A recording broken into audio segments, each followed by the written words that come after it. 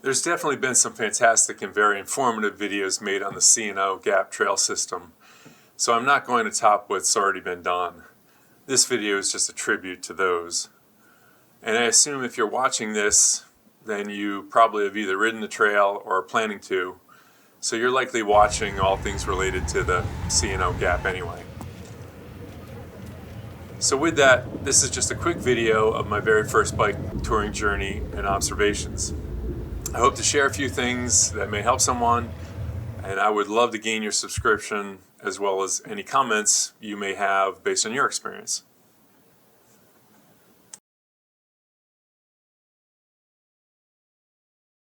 Well, here we are. We just started the C&O. Just got out of Georgetown, or probably still am in Georgetown, but just starting to make our way now. It's 4 o'clock, so hopefully I'll ride for 3 hours and then make camp. So far so good. Took a little time getting through the mall area from the train station. A little warmer here, but it's pretty nice.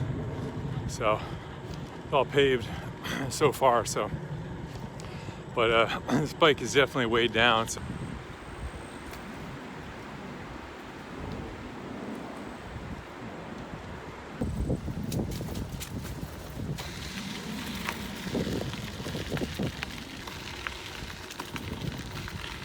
All right, now I'm on the C&O, the actual C&O.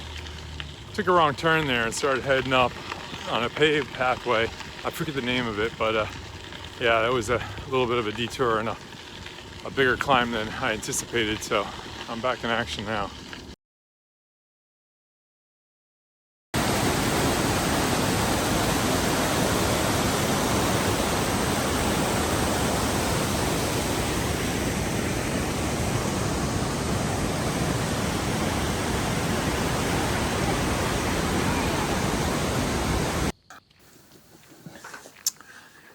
I shared this campsite with a fellow rider. He started his journey from Ohio and was heading into DC in the morning.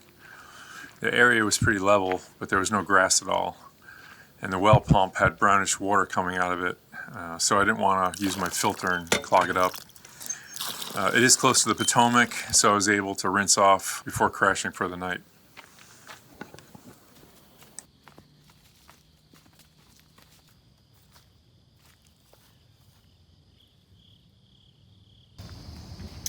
Well, this is what I'm riding. This is a giant SLR2 gravel bike, hydraulic disc brakes. It's 29-inch wheels. Put some taller handlebars on it because I'm a tall guy and I like to ride more upright. Swapped out the seat for another seat I had that's a little bit wider and has a little more cushion. I made a makeshift fender for the rear rack there, and it already comes with a kind of quasi fender up front. Got my sleeping bag, my micro cot, my tent, and then the rest of my gear.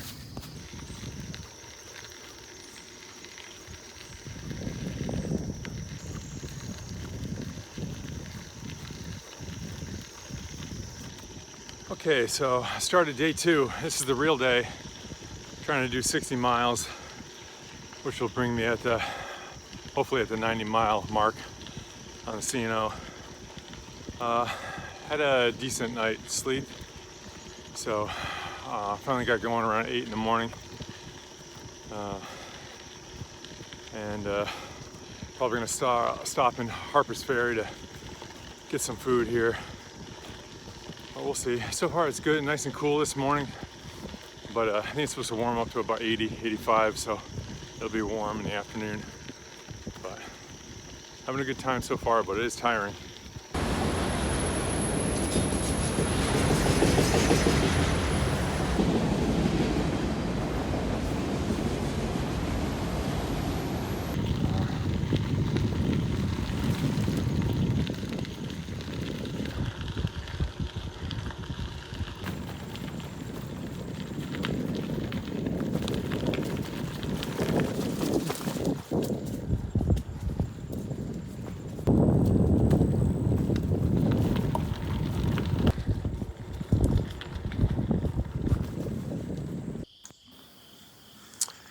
This campsite is nice, but there isn't much level ground for tents, although it is a good spot for hammocks.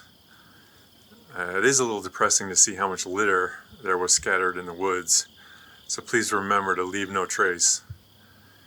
This is the reservoir section of the river also, so there's a lot of boat traffic, at least until it gets dark.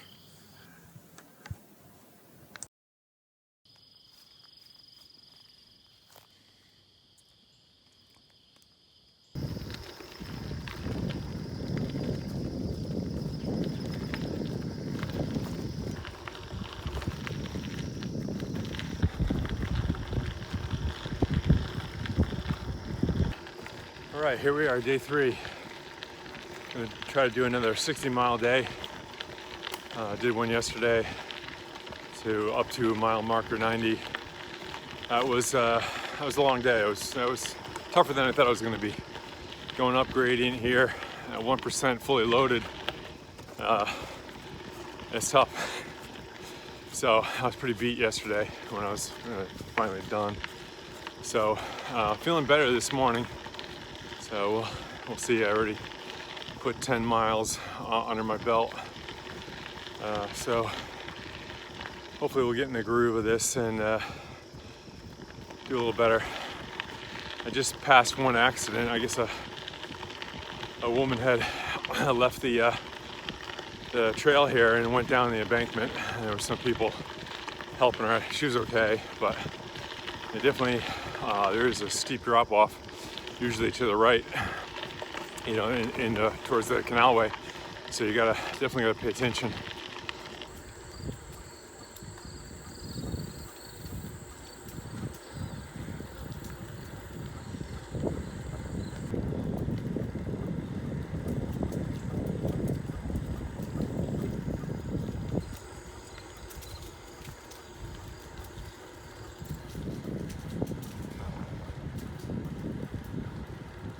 Starting to see some mountains now.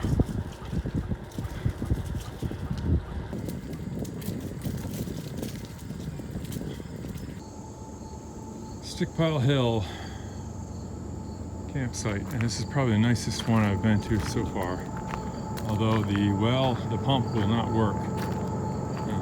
It seems like it's has no pressure to really pull water, so it is noisy. There's great lines right across the river there, so this is the 3rd train that come by in the last within the last hour anyway, so hopefully it's not too noisy at night. Fairly level area, definitely some grass here. Makes it a little nicer. Fire was already smoldering when I got here, so that was helpful. But the smoke seems to be blowing toward the picnic table or my tent, so not a bad area. And a small little walk down to the river. So you come down the incline and you have this beautiful low river.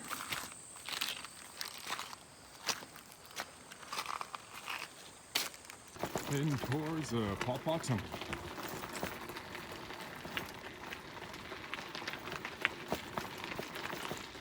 Watch out for falling rock.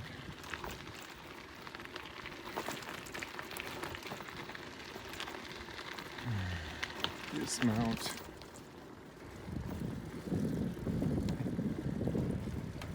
Anchored all the rock. There it is. Oh. Okay, day 4. So I got about 30 miles left to go before I get to Cumberland. And it looks like the weather's gonna change. Forecasting rain for the next couple days, so I gotta, once I get to Cumberland, reevaluate what I want to do. I may rent a car and head home, and then maybe do the Gap another time. We'll see. I didn't have cell service last night, so I couldn't really research my options. So once I get to Cumberland, I'll figure that out. But just went through the Paw Paw Tunnel. That was interesting. Definitely needed a headlamp. It was pretty rough. but I was able to ride through it, and it's kind of fun to do. So yeah, sun's out. Seems like it's a little more humid, probably in anticipation of the storms coming.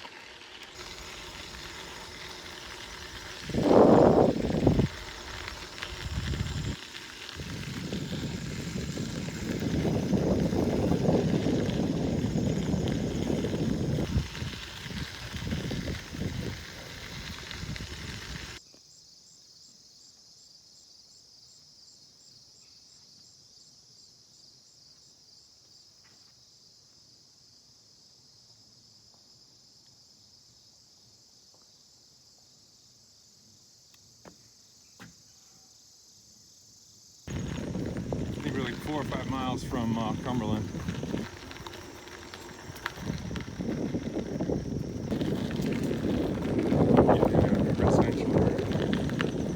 Oh, we got some bamboo. Look at that.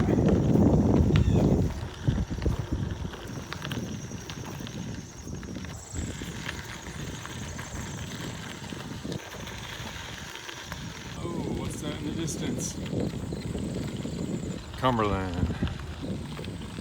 We've made it.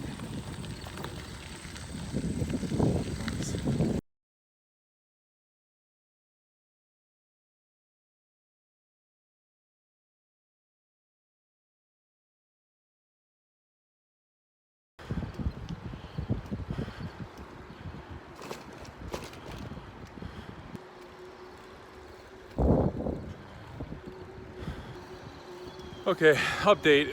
So I had a little change of plans.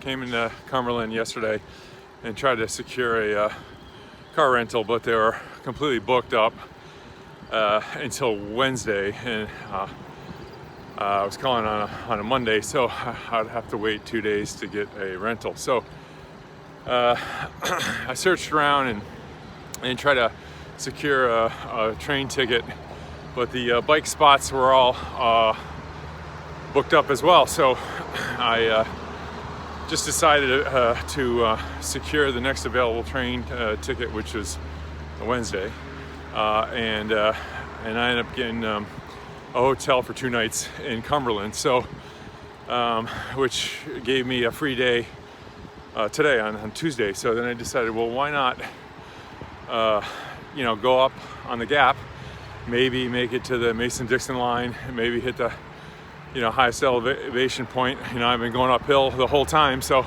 why not complete the whole thing, do all the hard stuff. So that's what I'm attempting to do. We'll see how far I get today.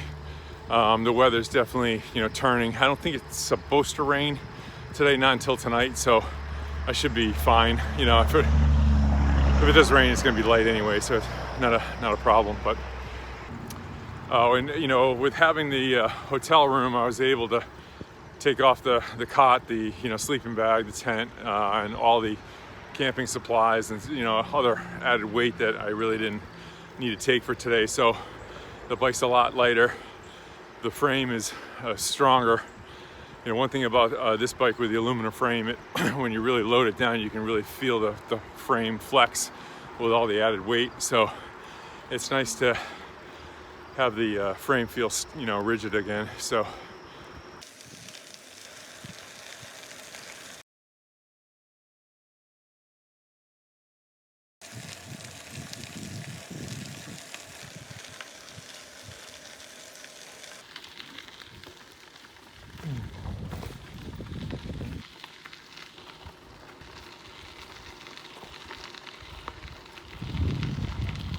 mile 4.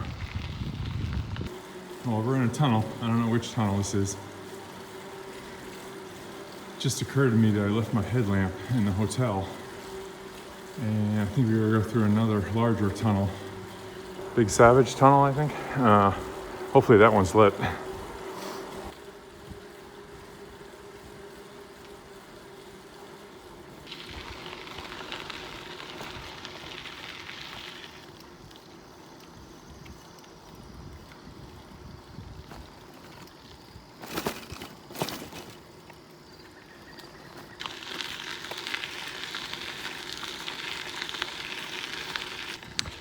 All right, weather's changing, getting a little more foggy, a little more drizzle, which feels refreshing.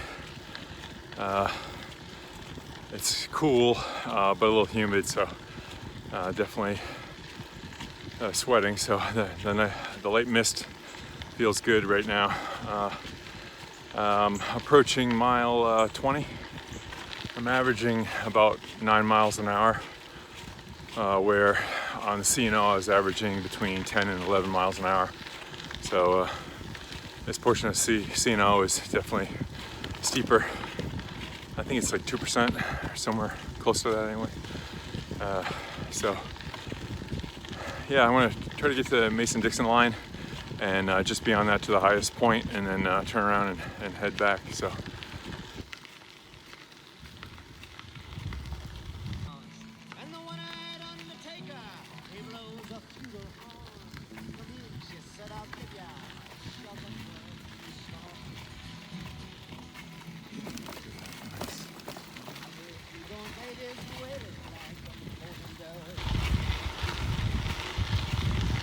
Big Savage Tunnel. There we go. I'm glad it's lit because I left my headlamp in the hotel.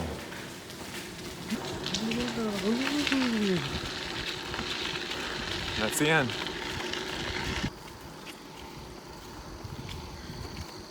How you doing? Made it. I'm done.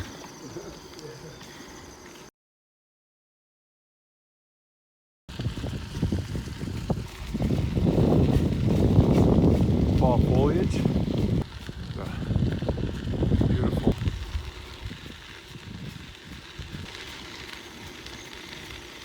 Goldenrod in bloom.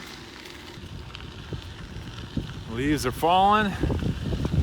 Not a bad day, actually.